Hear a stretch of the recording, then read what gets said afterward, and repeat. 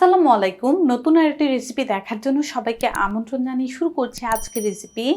আজ আমি আপনাদেরকে ডাবের মিল্কশেক তৈরি করে দেখাবো। তাহলে ভিডিওটি শুরু থেকে শেষ পর্যন্ত দেখতে থাকুন।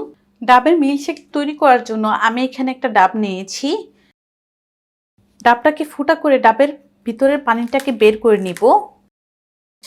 এই যে পানিটাকে একটা জগের মধ্যে এখন নিয়ে নিচ্ছি। এখন কিন্তু প্রচুর পরিমাণ গরম পড়েছে, আর এই গরমের মধ্যে ঠান্ডা ঠান্ডা মিল্কশেকটা খেতে কিন্তু ভীষণ মজা। ডাবের পানিটা জগের মধ্যে নিয়ে নিয়েছি, আর আমার কিন্তু এখানে 450 ml এর মতো ডাবের পানি হয়েছে। পানিটাকে কিন্তু আমাদের ছেঁকে নিতে হবে। আর ডাবটাকে কেটে তারপর দেখাই। ডাবটাকে কেটে নিলাম। এই যে ডাবের শাঁসটা, এই শাঁসটা কিন্তু আমাদের মিল্কশেকে লাগবে। আর এই শাঁসটা কিন্তু পাতলা একটা শাঁস হয়েছে। আমাদের ডাবের মিল্কশেকের জন্য কিন্তু এই পাতলা শাঁসটাই দরকার। তো এটাকে একটা চামচের সাহায্যে উঠিয়ে নিচ্ছি। উঠিয়ে আমি একটা বাটির মধ্যে নিয়ে নিব। ডাবের পানিটাকে আমরা এখন ছেঁকে নিব। পানিটাকে ছেঁকে নিলাম।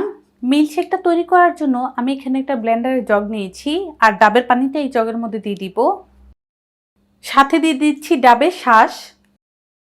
আমি এখানে 1 কাপ গরুর দুধ জাল করে ফ্রিজে ডিপে রেখে দিয়েছিলাম, আর এটা কিন্তু আইস হয়ে গিয়েছে। এই যে দেখুন, দুধটা কিন্তু প্রচুর পরিমাণ ঠান্ডা। এই ঠান্ডা দুধটা আমি এখন ডাবের পানির সাথে দিয়ে দিব।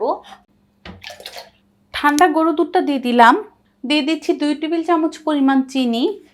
যেহেতু ডাবের পানিটা আমাদের মিষ্টি, তো চিনির পরিমাণটা আমি 2 টেবিল চামচ পরিমাণে দিয়েছি। কারো যদি লাগে তাহলে কম বেশি করে নিতে পারবেন। অল্প করে আমি এলাচের গুঁড়া দিয়ে দিচ্ছি। তাতে করে হবে কি, মিল্কশেকটা খেতে কিন্তু ভীষণ মজা লাগবে। এখন এগুলোকে আমি ব্লেন্ড করে নিব।